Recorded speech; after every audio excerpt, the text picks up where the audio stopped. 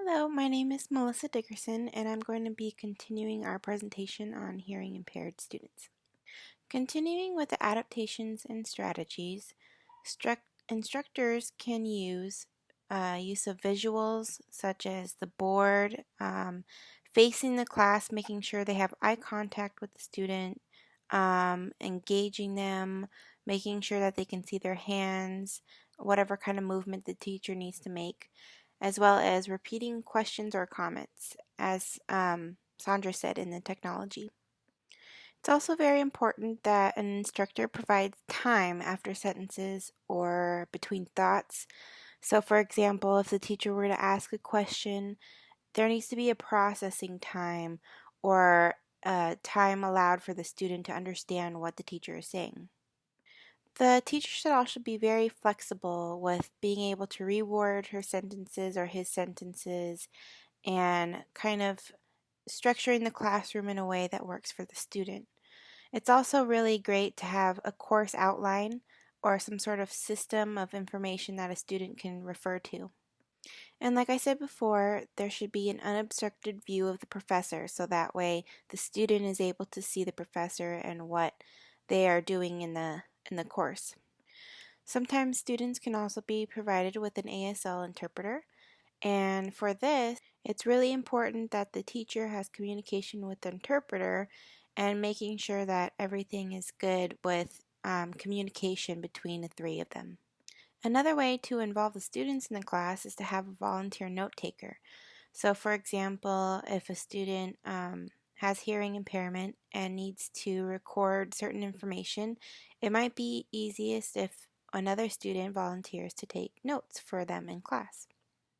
Now we're going to go into some of the environment things that we have to think about as educators and just anything to help with the students who have hearing loss or are deaf. Number one is the lighting. First of all, make sure that there's variable lighting, there's areas that you're lecturing in, and making sure that they're well lit but not too bright for the students. Also making sure there's no window glares that might shine onto you and distort the vision. Sometimes that can be resolved with curtains or shutters. And overall, you just want to ask the student if it's too bright or too dim for them and kind of making sure that they're comfortable with lighting in the classroom so that they can see. As far as safety goes, the best would be strobe lights for evacuation. So if an emergency were to occur, the student would be alerted by the different lights that would happen. Second thing in the environment that we have to look at is the acoustics. Now this is more for students with residual hearing or hard of hearing students. First of all, the construction. If any construction is going on, it might interfere with trying to hear what the professor is saying. So for that, it might be important to go outside and just say, for this time, stop construction. There's also equipment in the room that can become distractions, and this can be for both deaf students and hard of hearing students. For example, computer rooms, if they are just in a straight line and all they see is the computers, it might be hard to look at the interpreter or look at the instructor. And for those with loss of hearing but are not deaf, it might create sounds in the classrooms that would be distracting and they would not be able to focus on the instruction. It's also important to look at different support devices for students with residual hearing. There are many technology tools available out there for different supports in the classroom.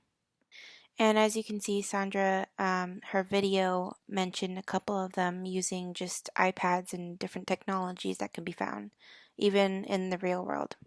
The last thing I want to look at for environment is visual access. This is extremely important, knowing the seating arrangements, making sure that the student has a good visual of their interpreter if they have one, or the teacher, or as well as the board in which you're going to write down lesson plans and specific instructions.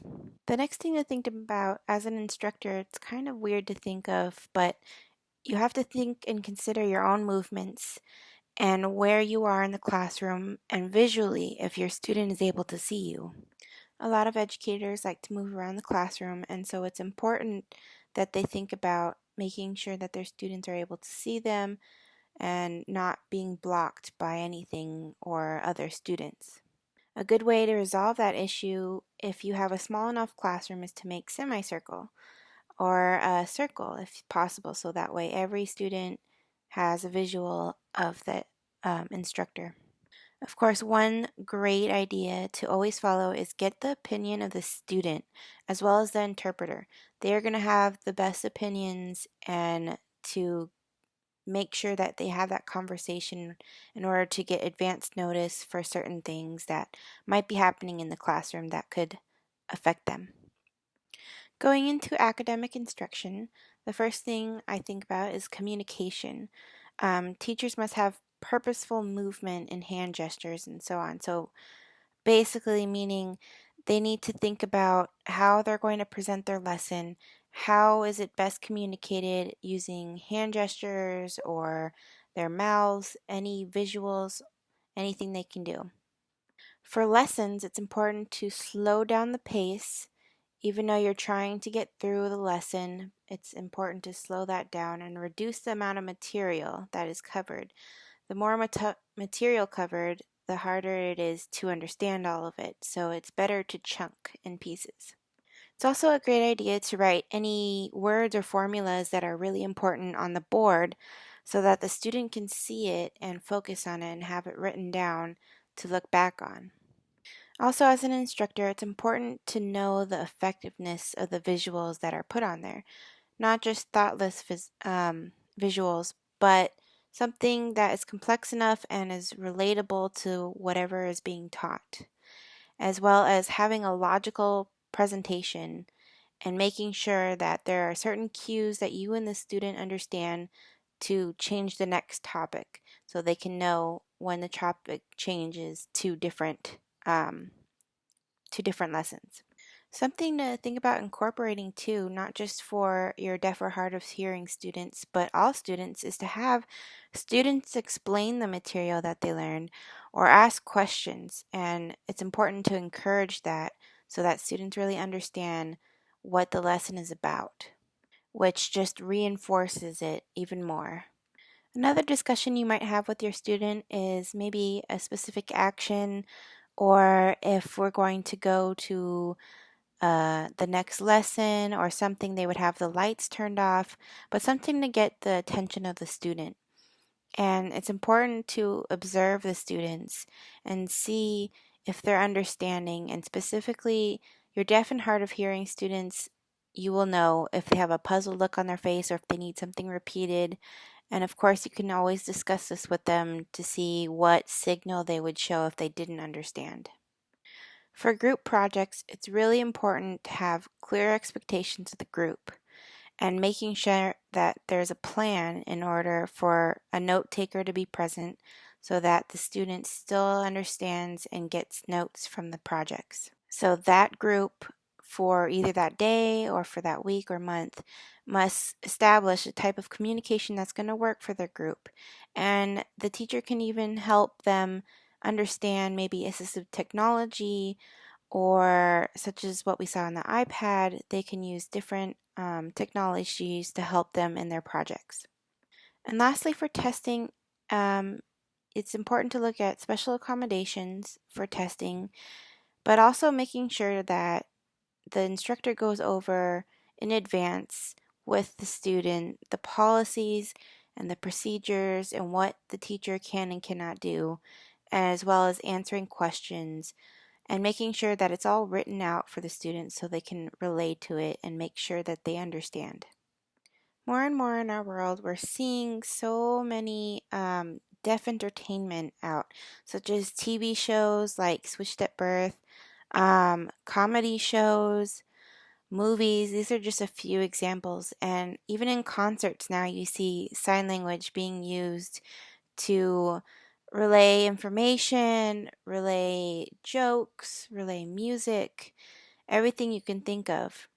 And as an educator, it's so important for you to not only work with your deaf and hard of hearing students, but work with all of your students to understanding how that student is feeling or trying to get an understanding of how they communicate and learning about each other. Sometimes students misinterpret it or don't understand students who are hard of hearing or deaf, and so it's really important to go over these topics with them, as well as how to talk and even just having them communicate with these students and talking about what they might be feeling or might be questioning or anything that they want to ask. This concludes our presentation, and these are some of the references that we have used. And thank you for listening. Included is our brochure that we made to go over some of the brief points that we've made in this presentation. Thank you.